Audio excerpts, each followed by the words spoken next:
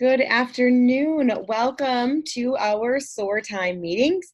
It is great to see all of you on this Tuesday. It's actually Monday for me right now because I'm recording early.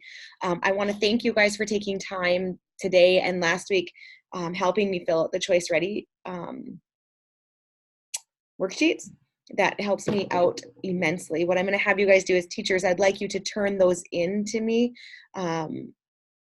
today or tomorrow, and if there are students who didn't finish, I'll meet with them in small groups or something like that to get it done. But I appreciate your help because trying to get to 310 kids is really hard. So those can be handed into me today or tomorrow morning. Thank you for helping. Today we are going to do a few beginning steps as we turn into our new SOAR meetings that I'm really excited about. It's called Dare to Define Yourself, okay? So we're going to take some time and we are going to be daring and bold, and we are going to define who we are as a leader. We are going to define who we are as an individual, who we are in our beliefs, who we are in our own self-image, in our self-love, in our self-awareness and belief and worth. So I'm super duper excited about where we're going to be headed with this program. I don't think that it's going to be just the students who are growing during this unit. I think as a staff, we're going to grow too, and that makes me excited. A few facts to start out today. Our message is this. The greatest indicator of anybody's future is their self-image. And people get out of life how they see themselves. I'm going to say that again. People get out of life how they see themselves. All right? The greatest indicator of anybody's future is their self-image. 70% of teenagers have a poor self-image. I want you to think about that. And you get to decide, do you think that's true or do you think it's false? Because you can disagree with me and we can still be friends. But 70% of teenagers have poor self-image. So 7 out of 10 people in your classroom right now, if you have 10 people, 7 of them have a poor self-image. 7 of you out of 10. Okay, think about that. A healthy self-image is a positive opinion about yourself. Okay. A negative or poor self-image is negative opinions about yourself. So I'm going to say a word, and I want you to think about what it means. Esteem. It's a powerful word. When you esteem something, you respect it, okay? When a person has self-esteem, they respect themselves.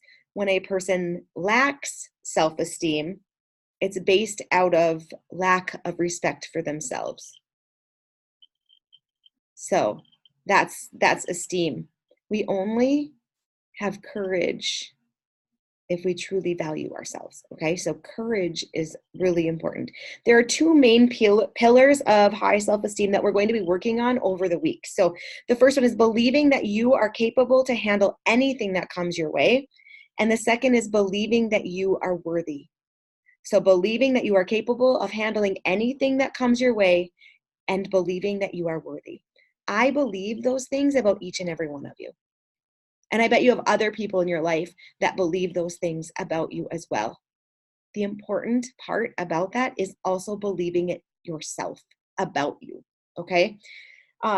Research shows that we talk to ourselves over 50,000 times a day. Right? And if you walk by my office ever through the glass, you'll see me talking to myself most of the time out loud, having a great conversation. 50,000 times a day. Unfortunately, 80% of that self-talk is negative. Okay. So no matter what successes we might be having, that A in a class, or maybe we had a great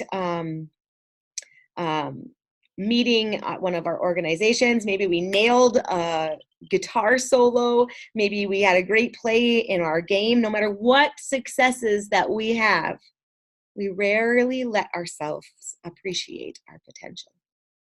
We are so built on these negative screams in our head that The positives only whisper, right? So we have these negative thoughts and sayings and self-talk screaming, and then we have these little positive whispers.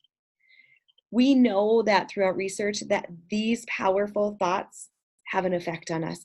They affect our attitudes, they affect our motivation, they affect our physiology, they affect even our biochemistry. They have an enormous effect on us. And our goal through this unit is to get inside of each of us and get us to think, making the unconscious conscious, making this positive the scream and this negative the whisper. Teaching each of us how to think, not what to think, and to consciously participate in our choices, our potential, and our results. So before we do this, I want you to think about this, because I said that part of our Dare to Be Ourself is going to be who are we as a leader. So I want you to raise your hand if you are a leader. If you think you are a leader, raise your hand. I'm raising my hand because I think that I'm a leader. All right. Did you know that each of you in this building, every single one of you, is a leader? Because what leader or leadership means is influence. Okay, so leadership is influence. Each of you interacts with somebody every single day. Okay, all of you do, right? Whether it's a brother, sister, cousin, parent, friend, teacher, you interact with somebody every day. That means that if you're interacting with them, you are influencing them. You have two choices as a leader, right? And remember, we're all leaders. You have two choices. You can influence and lead for good. You can influence or lead for bad. It's a choice that you have, okay? All right, the next part. So that's just for you to ponder. That's for you to think about as you walk out the door today. You're a leader. How are you leading? Good, bad, okay? The next part, the last part, is an activity that you're going to do before we end today, and it's called our permission list. We need this to be a safe place for everybody, okay? And so I want people to be able to share as we move forward with our SOAR time meetings. So I'm going to share my my screen with you. Okay, got it. Teachers, you have a copy of this. So our objective of this part of our activity is to create a safe and brave space of belonging. We need to commit to doing our work before we do the work, and to working within our scope and skill. So we're committing today. We're giving ourselves permission to make this advisory class a safe place, all right? So you're going to discuss the things that you need from your peers and your teacher in advisory to feel safe in this setting. I've started a list below. I want to know if you can add anything to that list. I want somebody to be a recorder, and so you're going to just list the name or you're going to list the things on your permission list for your advisory, and then that person is going to email me your list. In the subject is where I want you to put your teacher's name so I know which classroom is sending it. I should get one from every class, okay? Here are some examples that I started. I give myself permission to ask questions even if it feels awkward. You guys, anytime that I've had to talk about my own self, whether it's something good or something negative, it's awkward. It's going to be awkward. Okay, we can't grow unless we embrace the awkward. I give myself permission to collect my thoughts before speaking. You get to pause. Yep, you get to pass, collect your thoughts, especially if it's something emotional, right? I give myself permission to tell others that I'm feeling nervous. Trust me, it's going to be a little bit uncomfortable. And it's okay if you're nervous, and it's okay if you say, I'm a little bit nervous right now. I'm a little bit uncomfortable right now. I give myself permission to ask the teacher to let someone go ahead of me so I can have a few extra minutes to think about my answer. So those are all things that you get permission to do. You can add on to that. These are really boundaries, right? It's another word for boundaries. And those of you who have come and talked to me before about different conflicts and things like that, you'll often hear me say you need to set a boundary, right?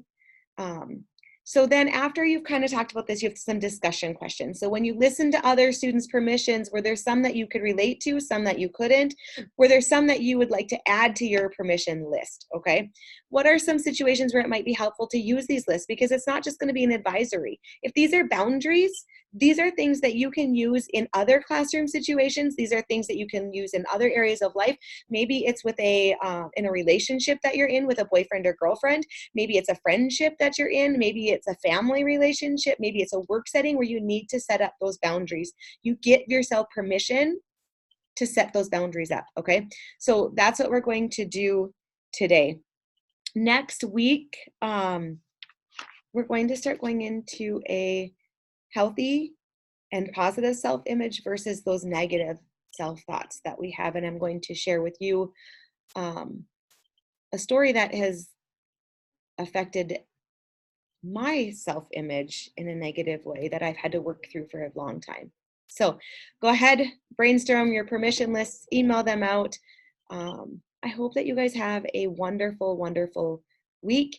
I hope that you are excited and ready to start this journey with me where we dare to be ourselves, right? So have a great day.